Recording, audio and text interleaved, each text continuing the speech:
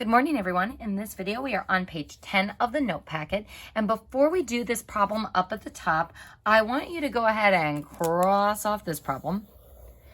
And we're going to go ahead and kind of lay out a procedure for working through these graph solving problems. So a reminder, as I said in the last video, we're not going to have to use P over Q on every one of these types of problems. It all depends on the types of solutions you have and how much you can see from the graph. So on all of these problems, we're always going to start with the degree, because our degree tells us the number of roots we're going to have, whether real or complex. So number of roots. Step number 2 is going to be look at the graph on your calculator. So look at the graph, unless the instructions in the homework say not to, in which case you'll be provided with a graph of the polynomial function. So look at the graph. Step number 3 is going to be determining how many real or complex roots you have. So the real ones are ones that you can see. And remember, that includes both the rational and the irrational roots, whereas the complex ones are the ones that you can't see. So you can use what you can see plus the degree to figure out the total number of real and complex roots you will have. Now, from the real roots, if we can find them exactly, then you can take that value, such as, excuse me, x equals 2, and put it in the box. Now, if you can't find a root exactly that is real, like if you think you might have fractions, then you're going to have to use P over Q values to find. So -1/3.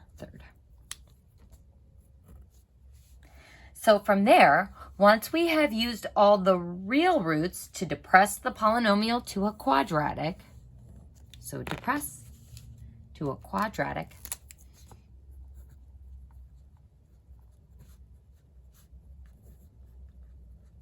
then we are going to solve either by square root, or the quadratic formula. So solve by square root. Don't forget your plus or minus there, or the quadratic formula.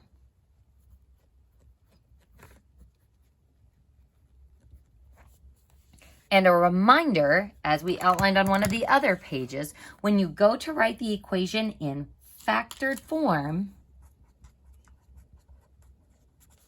we should have no GCFs and no fractions. And as we saw on that last problem, your GCFs and fractions resolve each other when you encounter either of them when you are writing those roots back as, back as factors. So no GCFs and no fractions. Also, no square roots or I. So when you have terms like that, you want to go to the irreducible or non-reducible quadratic.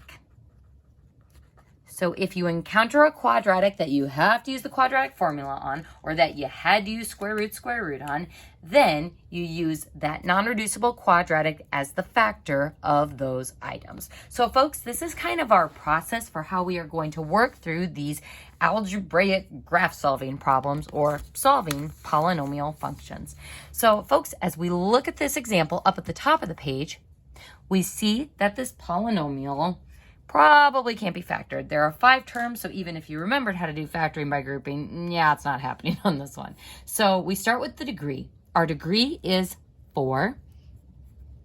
So that means we're going to have 4 roots, or 4 solutions. So they might be real, they might be complex. We do not know at this point.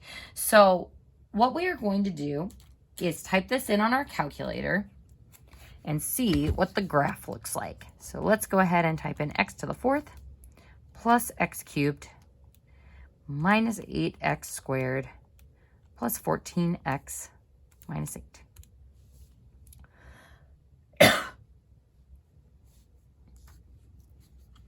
So there's our graph. So I'm going to go ahead and just do a little sketch of this up above. And looking at this graph, it looks like we have an exact root at 1 And it also looks like we have an exact root at -4. 1, 2, 3, 4.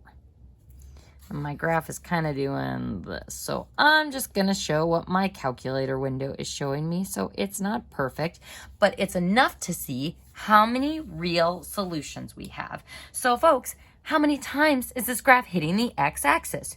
2 times. So I can see that there are 2 real solutions.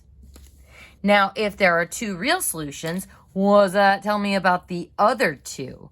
Those ones are going to be imaginary or complex. So that's just a good starting point for us because it tells me, well, if these real ones are rational, we'll be able to find them using our P over Q values or just exactly from the graph.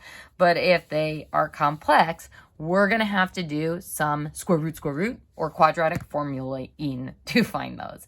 All right, folks, so go ahead and just write from our calculator up here. So this came from our calculator screen. So now that we have looked at the degree and the number of roots, looked at the graph, determined how many real and complex ones we have, we are going to use these exact roots and put them in the box. So how many exact roots do we have? Well, we can tell that x equals -4 and x equals +1. So I have 2 exact roots. So do I need to use P over Q values? No, I've got 2 roots, so I'm going to put both of them in the box. Now, if you're wondering, does it matter which one we put in the box first? Folks, if I was trying to factor the number 20, does it matter if I divide by 2 first or divide by 5 first? No, you're going to get the same prime factor. So in the same sense, if we're dividing by the factors that give me those roots, it doesn't matter what order we do them in because it's going to give us the same eventual factoring of it. So let's go ahead and start by putting -4 in the box.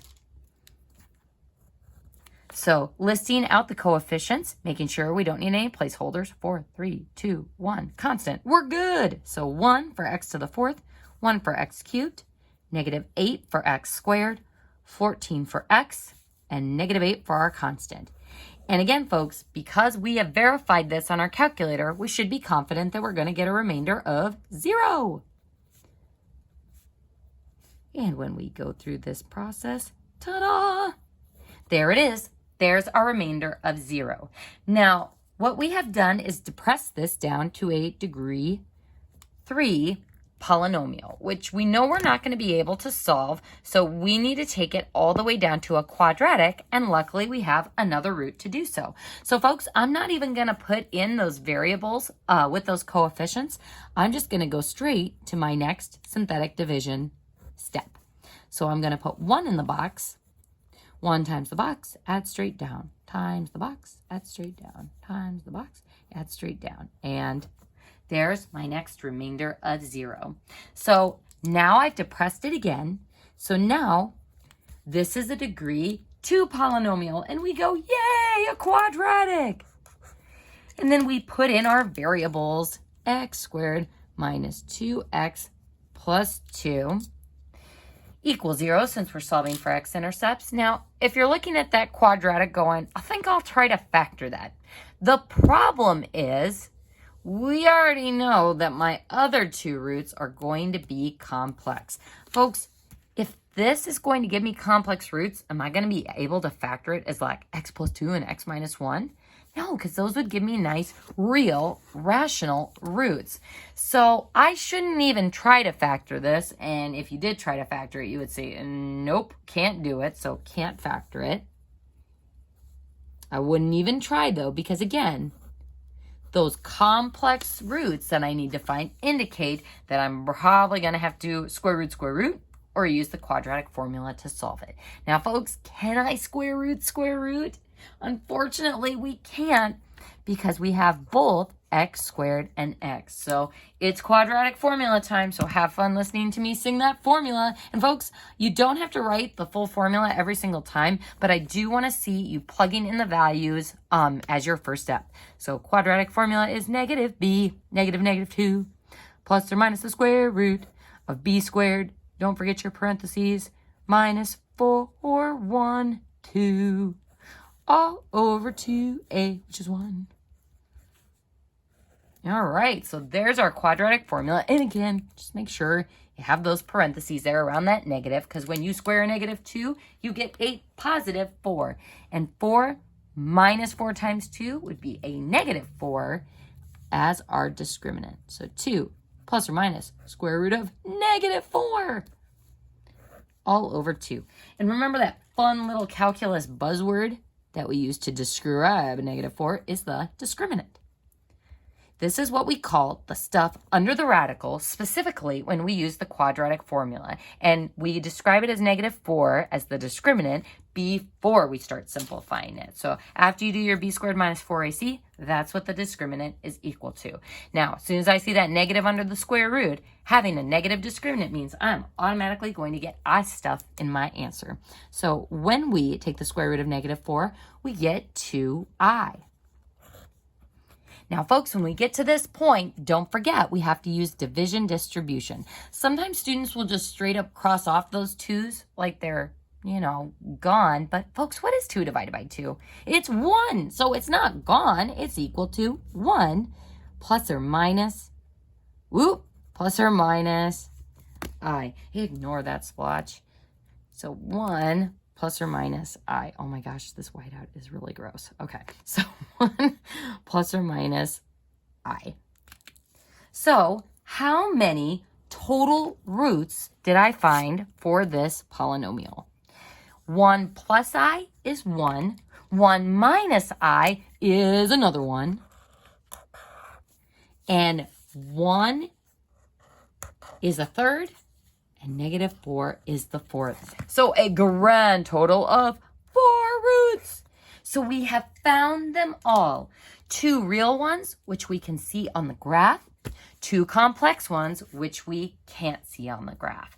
So folks, our last step of this problem, since we have found all the x-intercepts, is to write the polynomial in factored form. And folks, I don't think we've talked about this yet, but make sure when you're writing the equation in factored form that you include your equation notation, like f of x equals, if that's what it gives you, or y equals, if that's what it gives you. So if I'm going to write this original f of x function in factored form, we're going to write f of x equals, and what factor gives me that root of negative 4?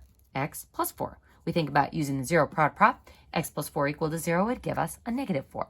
Then what factor would give me positive 1? X minus 1. Now, careful here, folks, because we don't want to do x minus 1 plus I and x minus 1 minus I as our factors, although that is one way you could get there. Instead, we already know the factor that gives me these roots. It was this quadratic that we weren't able to factor. So this is the prime factor that gives me those roots. So sometimes your factorization is going to include a nastier quadratic that you just can't factor.